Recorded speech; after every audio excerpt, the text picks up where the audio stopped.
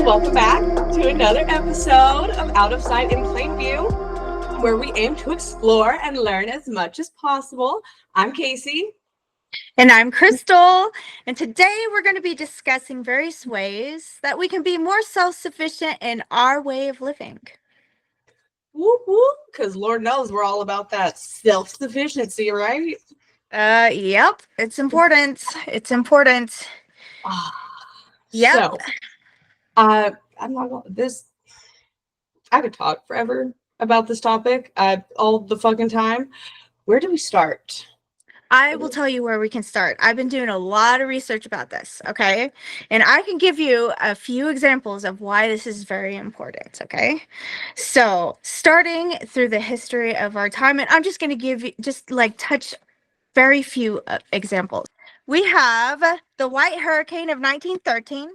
It was one of the deadliest maritime storms, like, in the history of North America. Like one of the deadliest storms, okay? And then the Great Appalachian Storm of 1950. And A Nightmare Before Christmas. Christmas is coming, you know. I just wanted to share this. Denver, Colorado in 1982.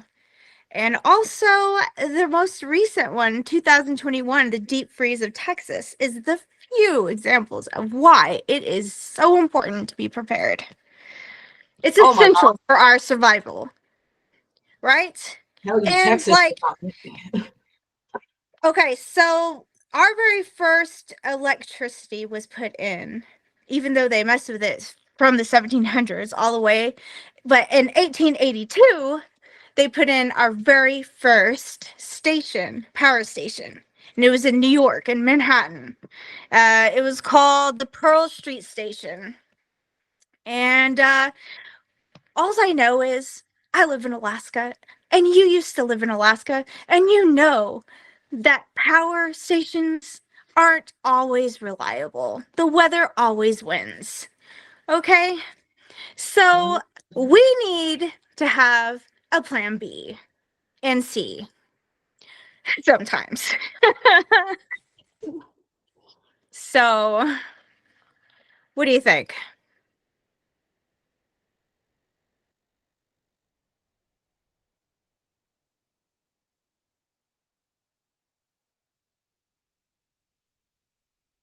That was fucking wild. We lost connection there for a second. I know. I don't know what that was about.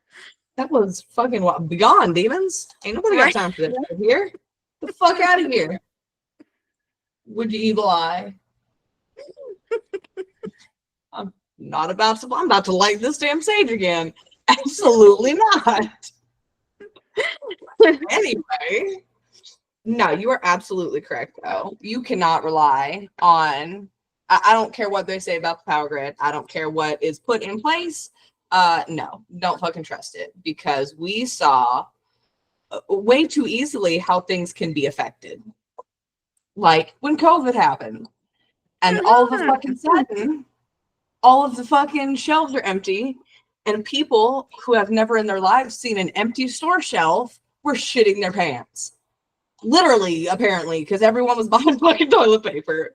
Yeah, that was the most important thing that they couldn't live without was toilet paper. Which just, my God. It's hilarious and terrifying at the same time. Because if you are not prepared, you will be caught up in that fucking mess of no toilet paper at the grocery store, and fucking eggs are $50 and all that stupid shit. Like, you end up in the middle of all of that. And one of the YouTubers that I love watching, I think I've told you about her, it's Roots and Refuge. Mm-hmm. They're in North Carolina. And with those hurricanes that went through recently, they were talking about self-sufficiency things and how they manage and how they deal with things like septic. When your water goes out and your septic tanks can't empty, what do? Can't flush the toilet. There's nowhere for it to go. Like, so they were talking about sanitation, and one of the things that they were considering was gas, because if power goes out, everyone's trying to run their generators. And if you don't have a gas stored diesel to run the generator, you're going to be sitting in line at every gas station, just like everyone the fuck else, who's panicking and freaking the fuck out because they weren't prepared. Well, get this. I learned that the Amish, yeah, they're really smart, those people are. Oh, yeah. Love the Amish. So they like light their houses with kerosene lamps, and they give off heat. So in an emergency, I was thinking about those poor people that live in cities, what they would do in that situation. You can buy kerosene, like the nice clean kerosene oil for your lamps for $10 a gallon, right?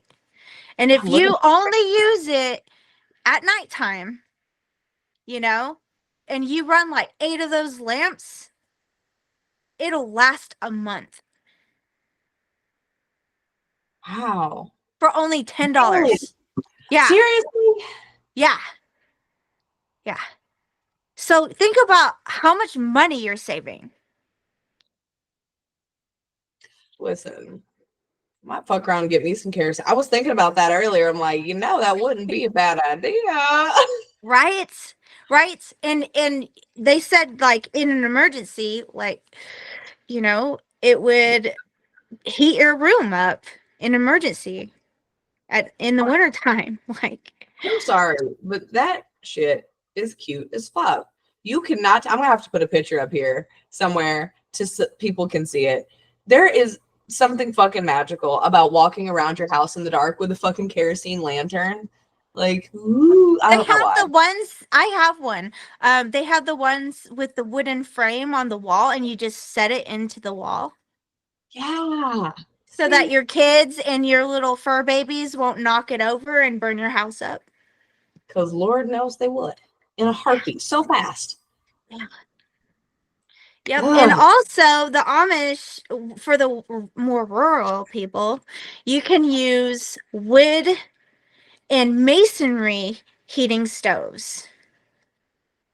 Also, you can heat your water with the same, with the wood burning stove. Yeah, that's right. Right. And then I was like, how are they getting their water? Yeah. So they use spring water, of course. And then the ones that don't have that option, they dig a water well, which is like a community thing for them. A whole community gets involved and share a water well. And then they catch rainwater. Well, how do you filter out rainwater? They use sand and charcoal and also UV sterilizing system. Well, how and does that also work? Boil water. I don't know. I was looking at that video and I was like, wow, I've never seen a sterilizer like that. I don't know. I'm going to have to look way more into it, but I thought that was fascinating. Because when I sterilize my nail tools, I use a UV light. Shit, I guess that makes sense. Yeah. I just think it's pretty cool because also they use a solar water pump instead of like a hand pump. Yeah, solar water pump and also a wind generated water pump. Nice. Right? Nice. I'm saying that is where it's at.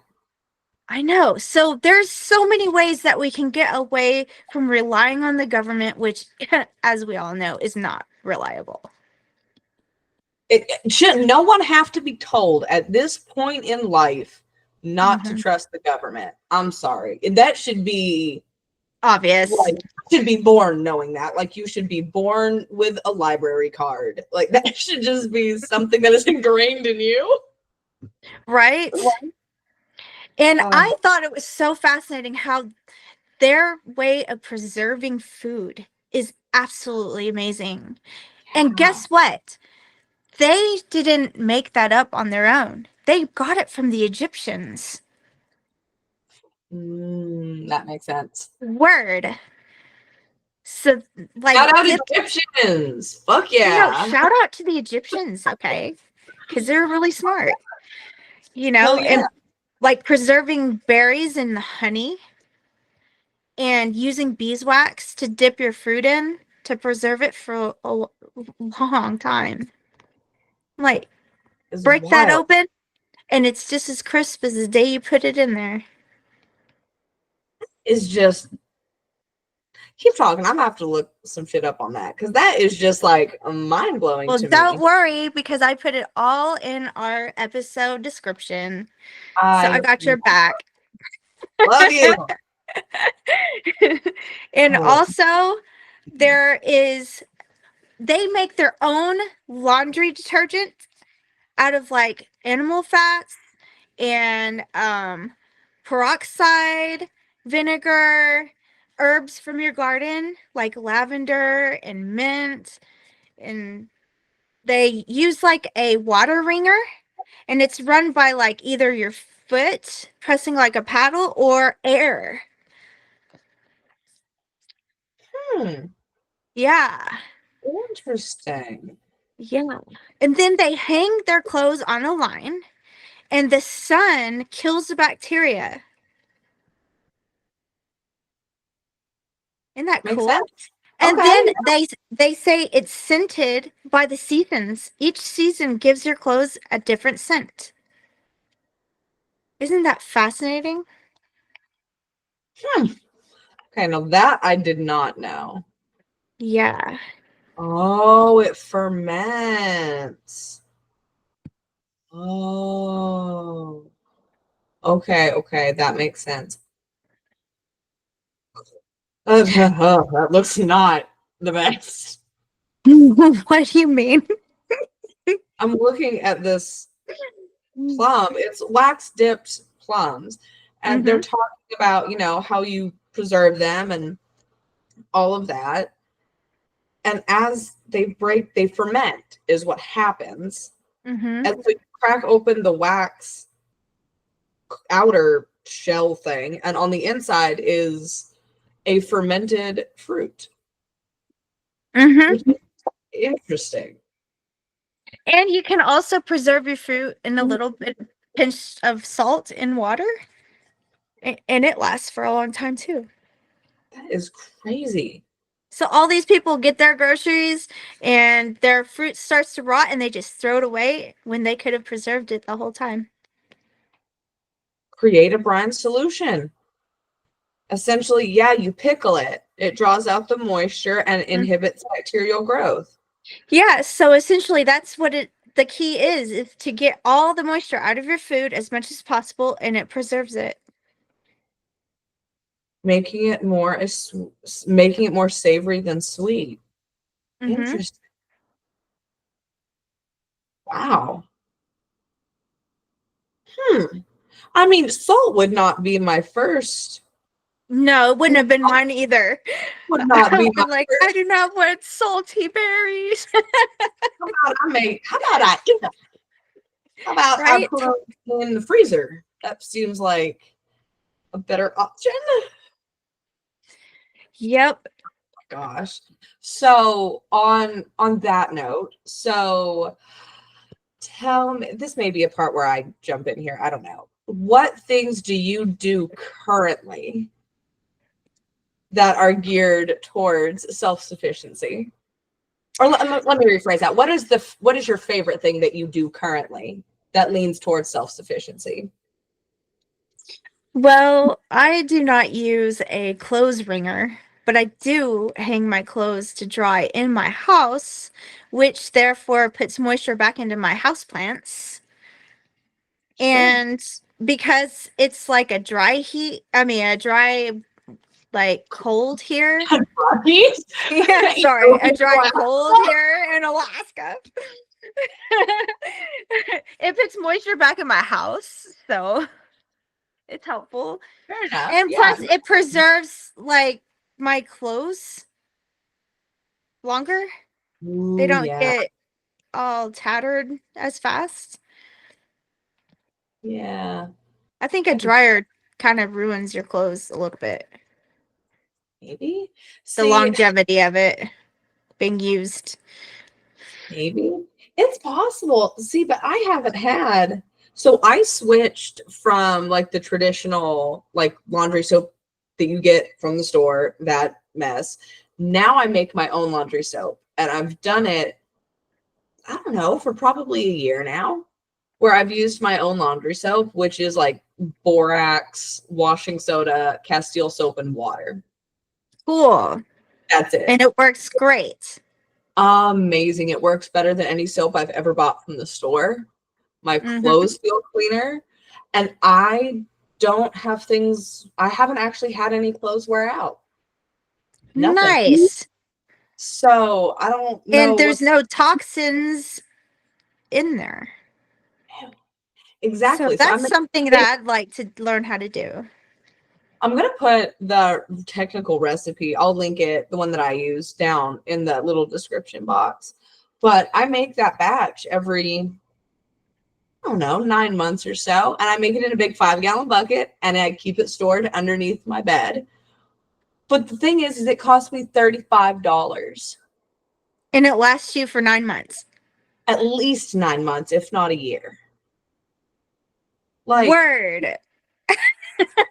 The amount of that's money what I'm talking that about, saves. Willis. I'm saying, like, to go buy regular laundry detergent from the store, like that would last 2 or 3 months. And I'm making a 5-gallon bucket of laundry soap that lasts almost a year. There is, when you know that and you have that information, it's like, well, I would feel dumb going to the grocery store, knowing all I got to do is pour that shit in a bucket and mix it up. Like, it's just a matter of being lazy at that point. I'm sorry. And maybe some people will get offended by that, but I don't allow myself excuses like that. If I am too lazy to pour some shit in a bucket to save a good amount of money, that's just being lazy. In my opinion, in my household, that's lazy. Wow, dude. Like, but it makes a big difference. Kind of like the kerosene lamps, dude. $10 a gallon. And it lasts for a month. My big thing has always been, I take it as a challenge. Like, how far can I stretch my money? What can I do to save every little bit that I can? Not out of like I'm poor, I need to, out of like, it's a fun challenge. How much money can I save? You know, like, but I think people get stuck on, they want everything right now. They want it immediately, right this instant, and they don't want to wait. So, you know, they'll sit down and scroll on their phones for hours and hours mindlessly. It's like, well, you could have made a sourdough starter. You could have started some apple cider vinegar. You could have made a batch of laundry soap, and you would have still had time to sit down and do what you wanted to do, but you don't do it. Right. And you can't allow yourself to have those excuses, because it's like, what do you value? If you truly value the things that you use and what you're feeding your family and the products you use, you will take whatever time and energy is needed to ensure that what you're using is a good product, or that it is as sustainable as possible. Because I think we're all aware of the fact that our security in grocery stores can be snatched away from us at any time now. Right. Like, and I know people don't like to think about that, and I get it, because that's like a holy shit, what would I do? But that is the reality. That, you know, there was an instance the last summer, or no, I guess it was a couple of summers ago, where people were getting contaminated compost, and it was contaminated with a pesticide or an herbicide, or I can't remember exactly what it was, but it would attack nightshades. So people were getting these large batches of compost and dressing their gardens with it and planting their tomatoes and peppers, and they would all shrivel up and die. Wow. And they're like, what the fuck is happening to my garden? So it's like, okay, well, how do you remedy that? How do you ensure that doesn't happen? Well, you start producing your own. And what's crazy is people think it's really fucking difficult. And it truly isn't. Now, I get the fact that like composting seems difficult, right? Like I will admit early on when I first like got into that concept, it was very confusing to me. My shit molded. I could never get it right. But then I got into worm bins. And now I have a worm bin in my kitchen. And that right there made all the difference. So for me, living in like a neighborhood, I live in like, I don't know what it's technically called. I call it a subdivision. That is so not what it's called. But like you can't have a pit of, compost going in your backyard, unfortunately, So it has to be smaller and more contained. So worm bin. But we can go and get with like people that have farms and ask for fertilizer from them and just have it on hand. Exactly. To wherever you are, the amount that you can store.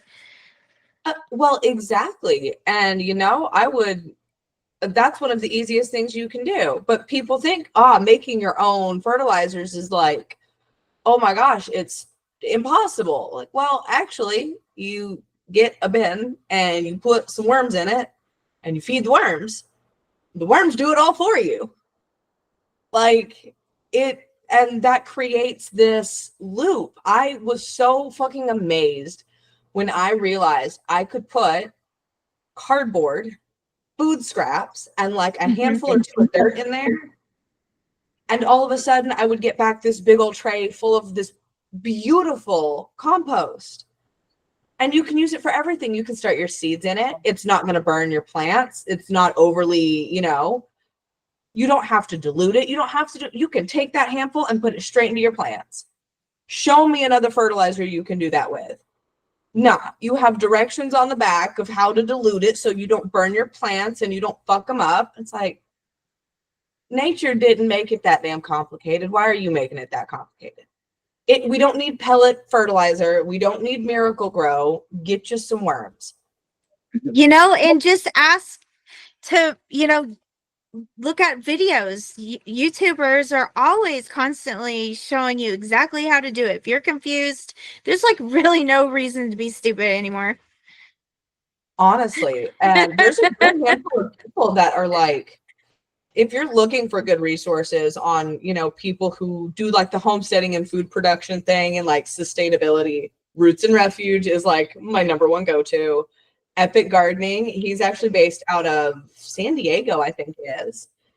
But he talks a lot about homesteading and gardening and all different urban environments. So, not your 30 acres. It's like, we got 2 acres in the middle of town. How do we make the most of it? But there's a lot of different things you can do if you're not stuck in this little box that you have created for yourself of it has to look this way. It has to happen this way. Yeah, get out of your own way. Open your mind. Yeah. Yes. Yeah. Well, I did have fun looking that up because there's different ways that you can, when they had that whole Texas thing happen and they didn't know how to be able to take showers or anything. Like they were going into their garages, starting their cars with their garage doors closed and starting their cars to warm up. That didn't go well. You know what I'm saying? I can't see how it would. I mean, I hate to laugh, but it's like, did you not? That wasn't a good idea, over. Like, you not learn that in school, or what are they teaching you? Because I'm pretty sure we had a whole section talking about the dangers of that sort of thing.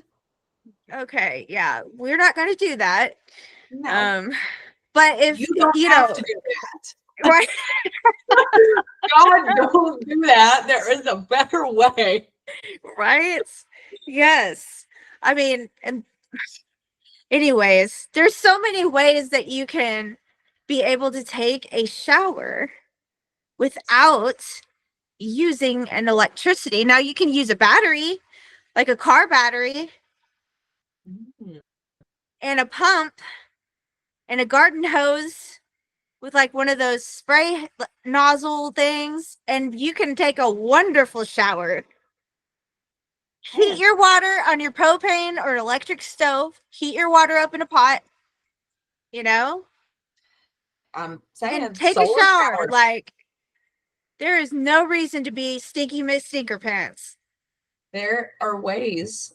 The problem is that people don't think about it. People get I like to think they're very short-sighted. And I say I like to think just based on like how people behave, right? Most people are thinking in terms of this year and this year only. But when you are thinking about self-sufficiency and building out a foundation that is actually secure in case of an emergency, you can't focus on 1 year. You have to build out in at least 5 years, because you have to think. So last year I put in my berries all in containers up front. Those are just going to start producing after 1 year of me having them. They won't reach peak maturity and peak production for at least 3 years. So if I was focused on the production that I got this year, which was nothing, it'd be like, well, this is stupid. It's a waste of my time. Well, no, it's not. It's investing for the future. But if you're not thinking 2 years ahead, 3 years ahead, 4 years, because you're focused on, you're in survival mode, you can't click out of the fucking paycheck to paycheck, like my life sucks spiral, then you don't plan that far ahead. And that is like the key. That right there, fucking, you heard it here. That is the key to self-sufficiency, is thinking ahead further than 1 year. If I sow seeds of something right now, what will that harvest me in 2 years? And a perfect example, I started completely over a year ago. Had none of the shit I have now. But now I can say that I have established worm bins and compost. I have a never-ending source of that and fish fertilizer. I produce my own. And this is like a tiny little urban environment. You make your own laundry soap. You start growing as many food-producing plants as you can with the space you have. And have like lots of oxygen-producing plants in your house, like the snake plants.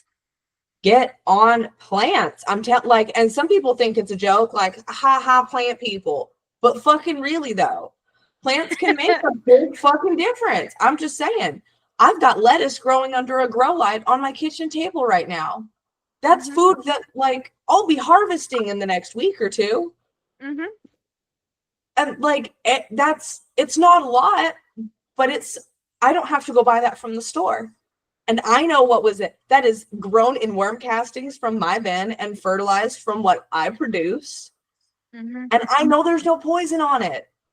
Nothing crazy happened. Like, make your own toothpaste. You're going to want to. Tell me that. Huh? Okay, how do you do that? Because that would be interesting. Well, I know baking soda and something else. I haven't done it yet, but I'm going to do it. Because I've read that if you look at the very bottom of your toothpaste, there's different colors of lines in the middle at the very bottom that will tell you if it's made with chemicals or all kinds of bad things. Like if it's green, then you're good because it's all natural. Okay, that's actually good. I only have one. Yeah. And I think the blue is chemicals. What's black? It's mixed with both natural and chemicals. I'm okay with that. That's you know what? At least it's not chock full of them. But it's something. But if you make your own, you know what's in it. Is all I'm saying. I think that we need to start making our own because we really cannot be trusting what they're putting out to us. They don't care about us. For real. They truly don't. I mean, and so one of the things, I'm allergic to sulfates. Almost always have been. And toothpaste is one of the things that has sulfate in it. And they'll change things. They will change recipes. They will change ingredients. They won't say anything until you are actively having a reaction. Right. And the only way you can prevent that is by just doing it yourself. Right. You got to know what's in your food and what's going on your body. The biggest organ is your skin.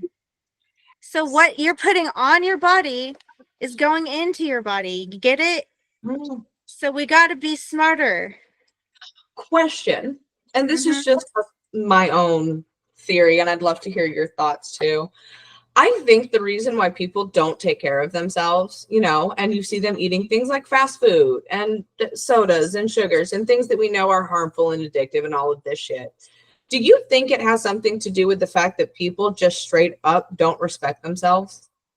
Because in my mind, if you respect yourself, you wouldn't feed, like, if I was someone else and I say, I respect this person, I'm not going to feed them crap that I know is harmful.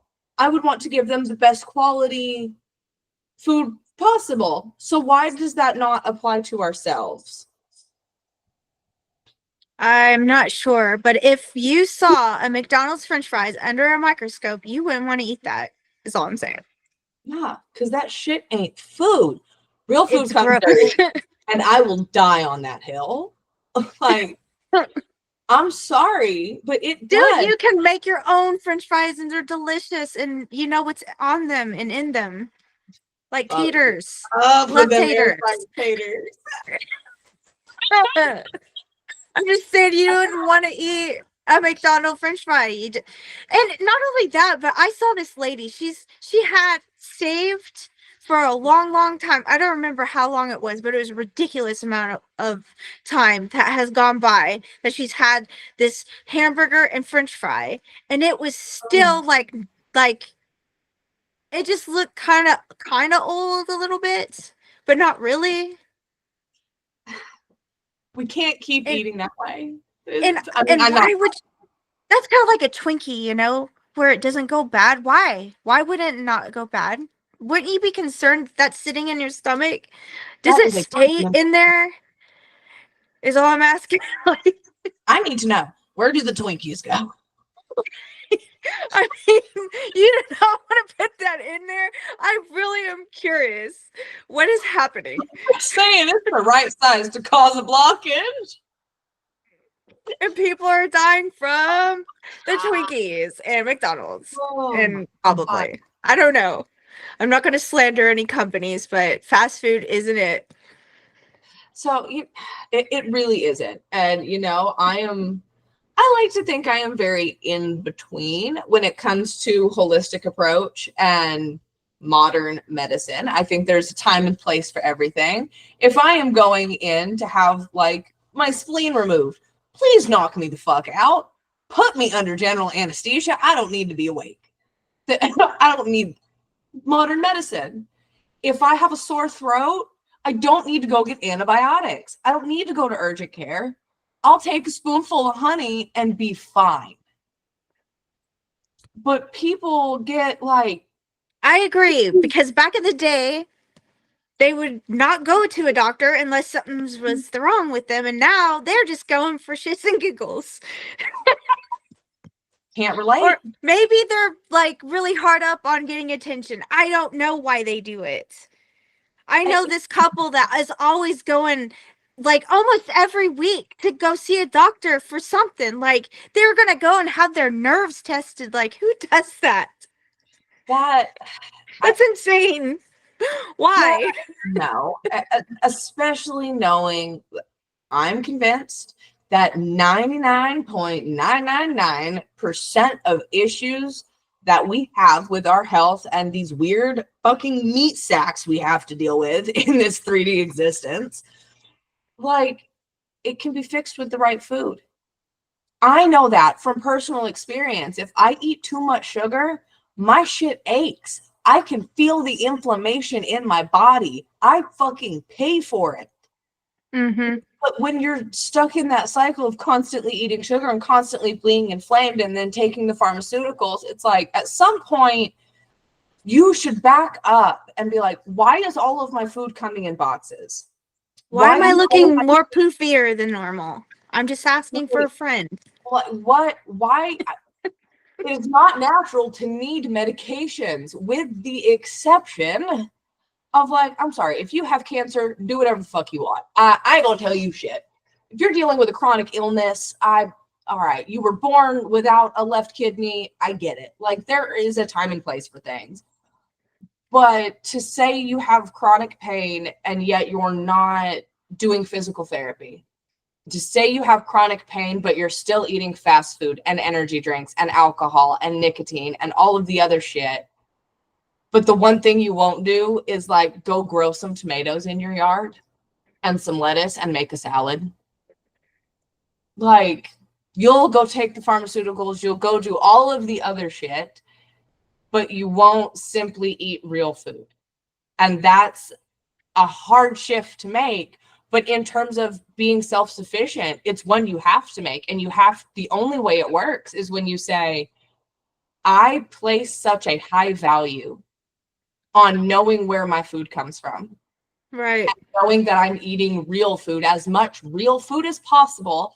I am guilty. I have fucking snacks in my cabinet too. Like, but that is not that's not every day. That's the exception. That's not the rule. So in order to live self-sufficiently, you can't be buying your food in the freezer section at Walmart. You can't be buying fast food and depending on that every week. You have to remove that and start cooking from scratch, because you grow ingredients, not frozen taquitos. I'm sorry, I hate to break it to you. Burgers don't grow on a tree like that. Well, healthy living is not a diet. It is a way of life. It sounds you have to be disciplined every day. You know? Every day. It is okay to slip up. It is okay to fucking eat a popsicle. You have to want to be healthy. Yes, but you have to wake up the following day after you fuck up, or, say, I ate 6 cookies. I know I shouldn't have eaten 6 cookies. Okay, but now you don't have to go binge the rest of the day. You can go eat something that you know will actually fuel your body and help. Like quinoa and edamame. Oh, what the fuck did you say? Edamame. It's really good. Yeah, it's really good. I love it. And it has lots of fiber and protein, and it's so healthy for you. The benefits are insane.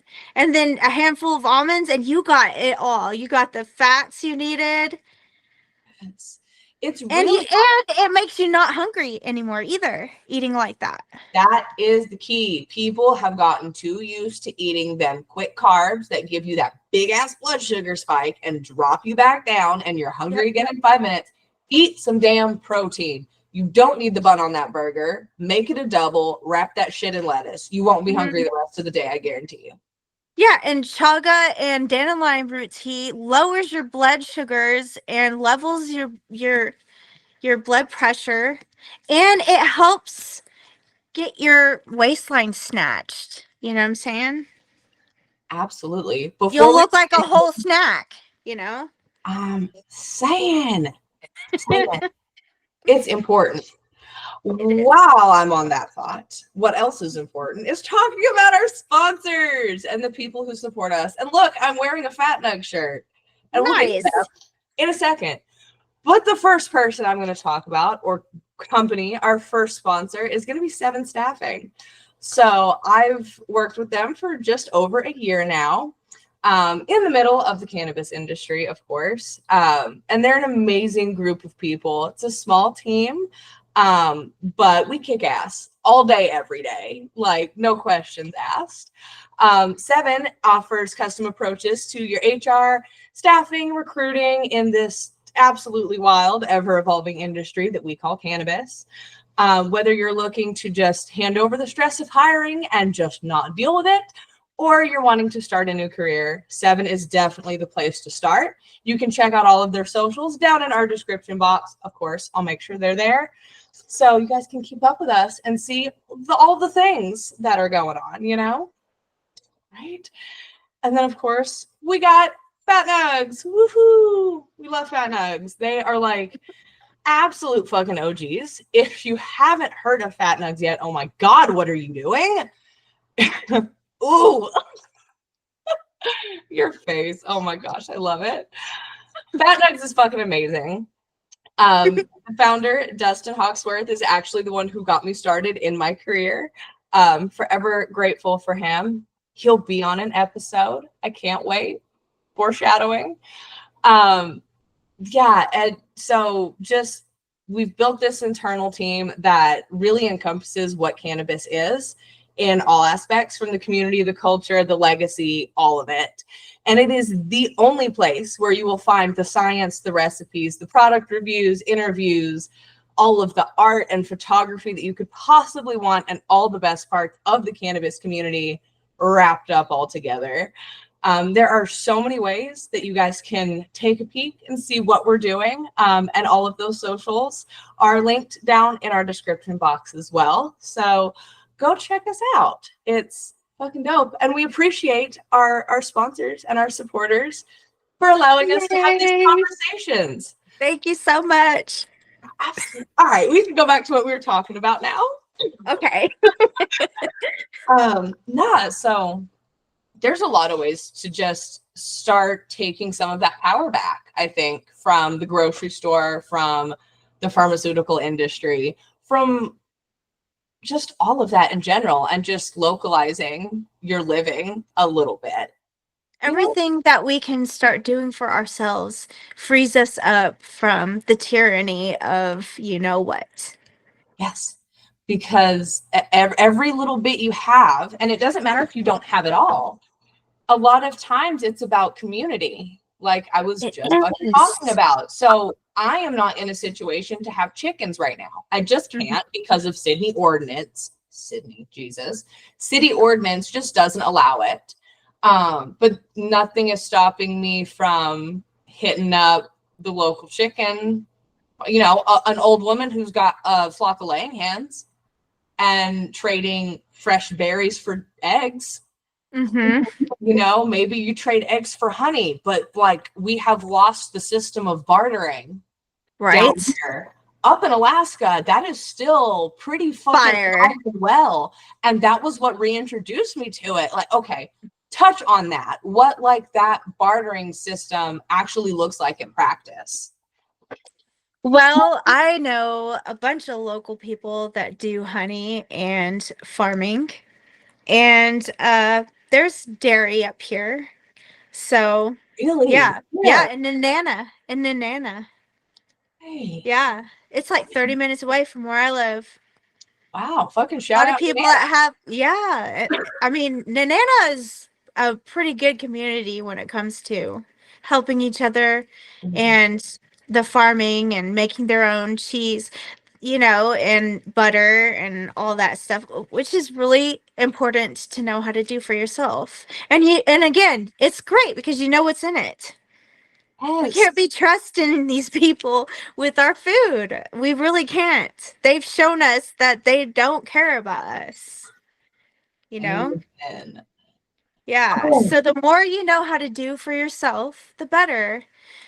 And recently there's been a lot of shampoos that have chemicals in them and are bad for you and everything. And if you get online, you can start seeing that there's things that you can do for your hair, like aloe vera gel, that you can grow your own aloe vera plants and make your own aloe vera gel and put it in your hair. And also there's rosemary. You can grow rosemary leaves and cloves combination and make it into a solution for your hair, and you can start growing your hair back so nicely. There's so many things that you can do naturally, and you don't have to buy things that are toxic for your skin. It's getting into your skin and it's hurting you badly. 100%. And the thing is it doesn't have to be all or nothing either. You don't have to go from living this life of convenience to, well, I'm never going to have anything convenient ever again. That's just not realistic. While you have things available, absolutely enjoy them, but keep the standard of living at the level of self-sufficiency. Continue working on that goal, even while you have access to convenient things. Because then what happens is when you don't have access to convenient things, you will thrive while everyone else is panicking. While everyone else is out about what am I going to do? Where do I get water? How do I get laundry soap? whatever it is, you know, you aren't, because like, oh, well, I had water. I didn't have to worry about water. Hell yeah. But then you'll see, oh, I was worried about this though. That's what I need to secure this part now. Mm-hmm. And, you know, so it doesn't have to be. Well, in the episode description, one of the videos that I think it was like at the very first video is 20 items that like are really important for you to have on hand in your home in order to, you know, have a good life, really. On standby, and it's really important for people to watch that video. It's the Amish are really smart. Oh, so I'll make sure it's linked, but give me, obviously you don't have to tell me all of it. Give me like 5 tools that you remember that they suggest having. Vinegar, salt. Yep. Let's see. I think peroxide was one of them too. Okay, that I could see. Let's see. By the way, vinegar is easy as fuck to make. I started a batch of apple cider vinegar. Apple cider vinegar. Yep, 1 apple, 3 cups of water, and 3 teaspoons of honey. And you let it. There you go. There you go. It's just time. And all I had to do was take the time 2 weeks ago to cut the apple and put it in the damn jar. Yeah. I mean, the list is there. I'm going to rewatch it for myself. I'm going to write this stuff down because I want to have it on. I mean, it's hard for me to remember because I just gotten overloaded by all the research I just did. But no, definitely. I love it because they'll teach you how to do it too. Mm-hmm. So it's not only you're learning what you need, you know, they'll teach you how to do it too.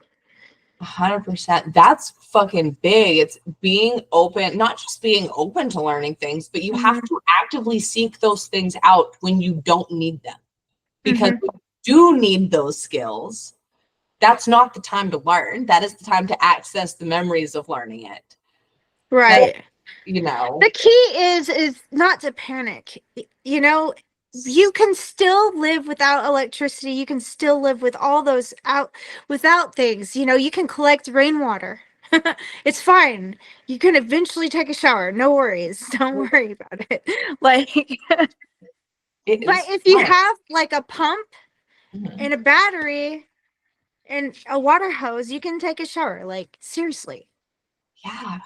See, so the other side of, I think, being prepared, aside from, you know, making connections with community, other homesteaders, farmers, people who have access to things you don't, maybe someone with bees and someone with chickens, and you make the compost, and that's part of it. And then outside of that, the other part of it, you know, thinking ahead, you know, putting things in place to harvest 3 to 5 years. I think one of the other things was lye. Yeah. Oh, we were talking about that. What the fuck? Yeah. I was talking about. I think they used lye for dish. I mean, not dish soap, but laundry soap that they made. And yeah. You water glassing. That's what I was talking about. You take water and you mix it with pickling lime, and you can put clean, unwashed eggs in it and store them on your counter forever. I know. And so all these people that have rotten eggs and all that stuff, they don't have to worry about that anymore. Yes. So it says that water glassing eggs will keep them preserved for 12 to 18 months on your See? Why would you not? Right? Why would you not? Now, obviously that is for someone who has chickens, but it's like, instead of giving those eggs away when they're in surplus, water glass them, store them for during the winter when they don't lay as much. It's learning how to live seasonally. That is so fucking critical. People don't know how to do that. Have to live seasonally and know how to preserve. Preserving and bulk food storage is the other big key to self-sufficiency. If you can preserve things, I just preserved a bunch of barbecue sauce. It was with canned tomato sauce. I didn't have my own, but a couple of cans of tomatoes, and I've got jars on jars of barbecue sauce in my pantry. I don't have to buy that shit at the store now. That Right. can have room in my budget to buy other things. And it's like, I'm probably not going to finish that for a year. I want to learn about the 13th month calendar and go by that. Ooh, that would be fun. Because then that would be more accurate when you're planting. That would be interesting. Speaking of planting, Mm-hmm. some of the things that you can do early on that are super fucking easy to start gardening or start growing something useful is herbs. All kinds of herbs, whether it be sage, whether it's rosemary, whether it's dill or fennel, whatever it is, whatever you can grow, do it. I have green onions growing underneath a grow light right now that I've been growing for 2 years. Right. I've never bought green onions from the store except that one time to plant them. I have them too. I have them growing and it's lush and beautiful. I'm saying. I'm about to make my famous cabbage soup and I'm going to put it in there and it's going to be scrumptious. I'm saying. And it's not you get to use them all the time, but let me tell you, when you have enough green onions there and you get to go harvest and put them in a recipe, ain't nothing better. Because you're like, I grew that. I grew them greens right there. Oh my gosh. Like, you want to hear something really cool that I found out? Yes, tell me. You can make cloth out of flaxseed. Is that not insane? Okay, how? I mean, because people use hemp fibers to make clothing, so I know it's possible, but how? I got it in the episode description. I love you, you gorgeous woman. But also hemp, you know, you can use hemp. Absolutely. So you don't have to have a sheep, is all I'm saying. It's not necessary. But if you befriended someone who took care of sheep, then it's all good. Right? I'm saying. And you can do a lot with a little bit of space. Like currently in this little tiny, it's a 2-bedroom, 1-bath house. It's not huge. Like sitting right here, I could look out there and see my front door. You know, it's nothing crazy. But I've got a big container garden so I can produce blackberries, strawberries, blueberries, and raspberries in my front yard. I've got probably 50 plus houseplants in my house, from dragon fruit seedlings to mango trees to pineapple plants. And granted, I don't get anything from those yet, but it's the idea of if I needed to grow that, I could. Right? And also, I was going to tell you that I saw that people there's like unwanted land, and you can actually get for like $1,000 land. And there's like a bunch, like 16 businesses that you can start that they would fund you on. Where? All over the United States. Well, God damn it, let's go, because I'm just saying, ready. You are going to be a bog witch. I'm saying, I'm convinced I'm going to end up buying something like for property taxes. You know, one of those like, they're foreclosed, pay the property taxes and it's yours. There's lots of unwanted land out there. It is not unwanted. It just doesn't know that I want it yet. Exactly. Exactly. I would look into that, you know? Yeah. Oh, I saw a video. Someone said it perfectly today that people think, you know, homesteading and starting all that has to be crazy expensive. And it's like, well, no, when you actually start thinking in terms of self-sufficiency and homesteading and wanting to rely on yourself and community, you have to shift from thinking, oh, this costs too much, to how can I do this as cheaply as possible, as effectively as possible, and still get what I need done. I need the quality to remain there. So how can I do this? And guess what? I hate to break it to y'all, everyone listening, most of the time, that means you're going to get up off your ass and go do it. Right. You got to do it. And you got to stop playing those video games. You got to get up to work. Put the controller down and go learn how to build something. I'm sorry. I understand. Like, oh, but doing it's expensive. Not if you get off your ass. Your labor's free. You got 1-2 hands. Go put them in the damn dirt. Right? Just jump 10 toes in. You can't say, you can come up with 1,000 excuses. Yes, there are. Yes, if you want to pay someone else to do all of it for you, it's expensive. But if you are willing to put the sweat equity in and understand it's not going to happen in a year, maybe your plan is extended to 5 years. Okay, but you've done it in a self-sufficient way that you can replicate, because now you have those skills. Can no one take that from you? So what if it took a little longer? Like, it's not. I mean, those Amish are digging by with shovels to get that water well. But if you have like 40 Amish people, it's not going to take very long to dig a well. You know what I mean? I'm not saying I would be Amish, but I would fucking throw this phone into a river today. Right. To go chill. Like, I'm not saying I'd be. I mean, they work hard. There's no chilling to it, but I mean, they get to enjoy their fruits of their labors for sure. And it's different. It is wildly different, because when you are working and you are putting in that effort to be self-reliant, you're relaxing. You don't want to throw on the TV and watch a 3-hour movie. It's like, nah, I want to cut a slice of that fucking sourdough bread I just made. And I want some of my butter on it and that jelly that we harvested. Like, yeah, teamwork makes the dream work. Teamwork makes the dream work. So you have people that are beekeepers. You got people that are, making bread and canning things, and then you got people doing laundry. Like, it's a whole family day doing laundry for 8 people, 10 people in family. Like, it takes time to do this. We don't have time to be playing video games. We got shit to do. You know what I mean?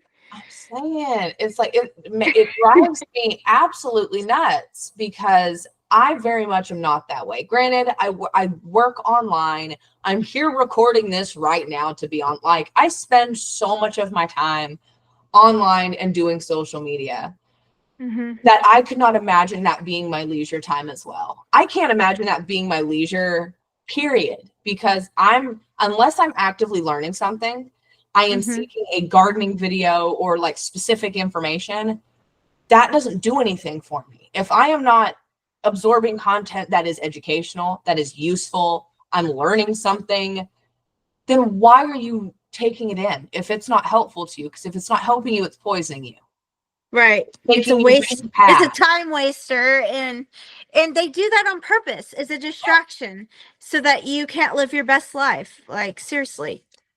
And we don't have time for that. So, all in all, self-sufficiency is really just looking around and saying, what can I do myself? You can make your own bread. You may not want to, but you can. And if you put that in place, saying, no, I value making my food myself. I value knowing what's in my food. Once you place that value there, you'll want to make your own bread if you knew what was in store-bought bread, like hair and bones. Like, what? Whether it be yogurt, cheese. Look at the ingredients on your package of shredded cheese. There are ingredients that shouldn't be there. There's a chemical in there. There's a chemical in there. If it's already shredded, you do not want to eat that. Why is there a chemical in your cheese? I'm saying, asking for a friend. Why do you need to prevent it from molding? What do you do? Like, they are banking on the fact. Why aren't they telling you? They're banking on the fact that you aren't going to think about it and you're just going to take it because it's already shredded for me. They made it so easy. Yeah, they made it so easy. Check your ingredients. Just start there, because I guarantee when you really start looking at ingredients, you will have a crisis of fucking consciousness. And it won't be the same. Look at your ketchup. Look at how much added sugar is in things. Ketchup should be tomatoes, some vinegar, salt, and sugar. That's it. It should not have all these fortified vitamins. Tomatoes have vitamins. Go grow a tomato. Like, yeah, if you can't even pronounce what that word is and the ingredients, you probably shouldn't be ingesting it or putting it on your body. Seriously. Eat it. It's just not. So not good. No, it's just having value and understanding you can't live the way the rest of society lives and be self-sufficient, or you will be in the mess. If you want to live the way society lives now as a whole, you will be in the same crisis that the rest of society is in. If you step outside of that, and it's not say remove yourself from society, that's fucking nuts. Yeah, that's not it. You can't be sitting there for hours scrolling Instagram and TikTok and Facebook and LinkedIn and all of the things and looking at what everyone else is doing. What are you doing? Put the phone down and look around your space. What can you do to better your situation? What would you do if you couldn't go to the grocery store? Solve that problem, because one day you won't be able to go to the grocery store and you'll need that solution. Yeah, and other things that I like to do is have multiple functions for something. If I'm going to have something in my house, let it do multiple things for me, not just one thing and take up space. I hate single-use tools. I hate them with a passion. No, do not collect shit that does not have a purpose. Sometimes things are just meant to look pretty. And sure, I have things in my house that's like, this is just meant to make me happy when I look at it. But I don't have a hoard of shit because I'm not seeking a dopamine rush from shopping.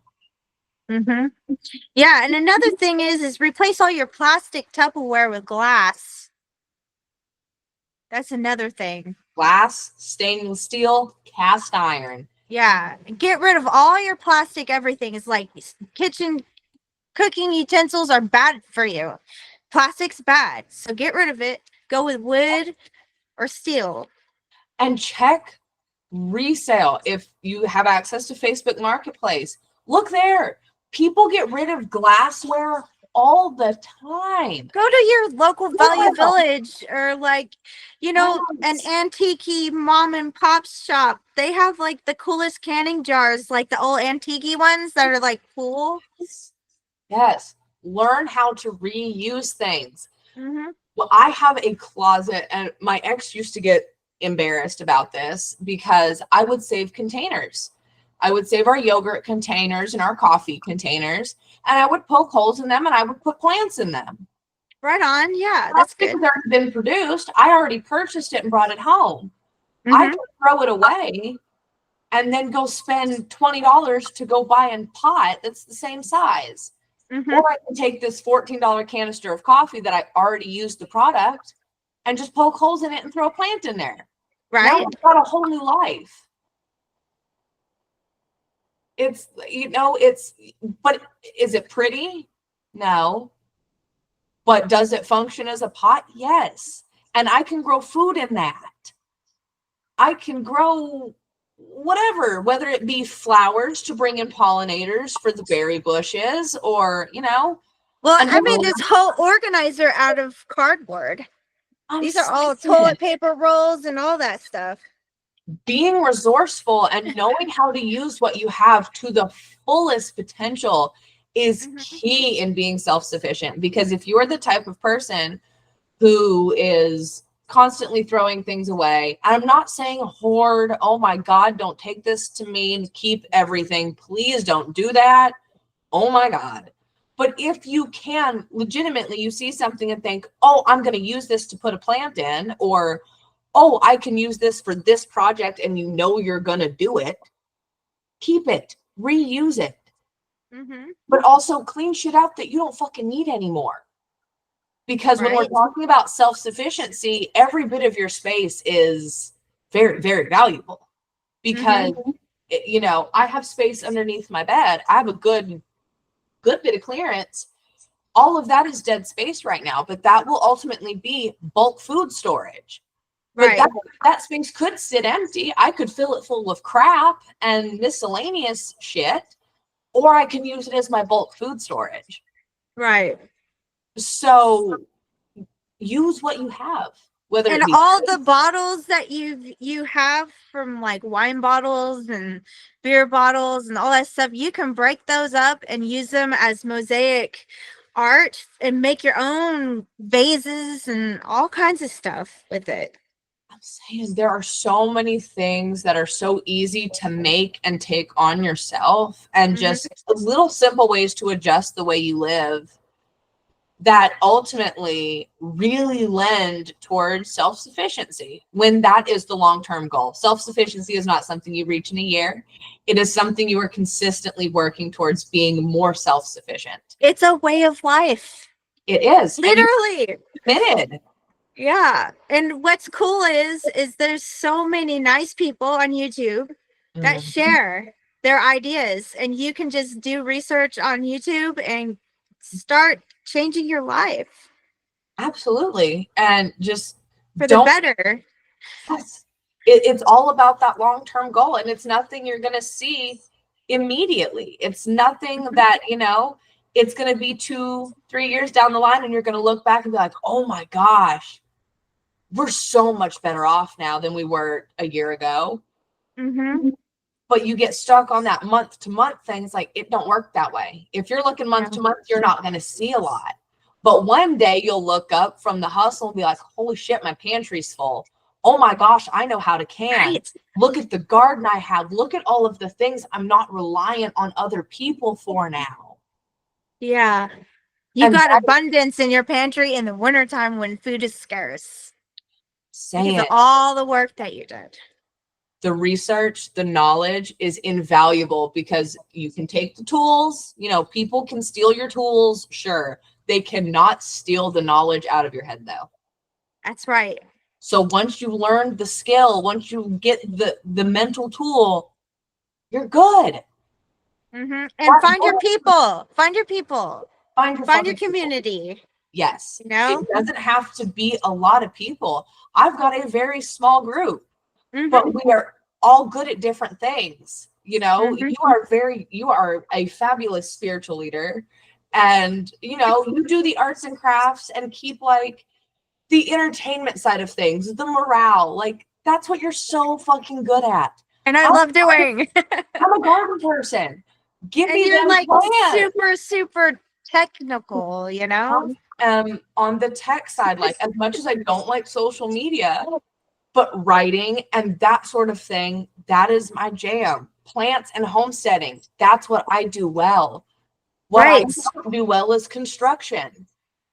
But I know people in my group are good. Dennis does it. He knows how to mechanic. He knows how to weld. And, you know, we all come together and help each other out in some way. I'm saying. That's how it works. Absolutely. And you don't have to be in the same state to have a person like that in your group. Yeah. I mean, we're in the age of Aquarius. The time for, oh, it's all about me is over. It's about us now. Thank you so much for joining us again. And don't forget to give this video a like. And if you're new, consider subscribing so you don't miss out on the most recent episodes, because there's so much more to dive into. Absolutely. And check out our sponsors links. All of them are in the description.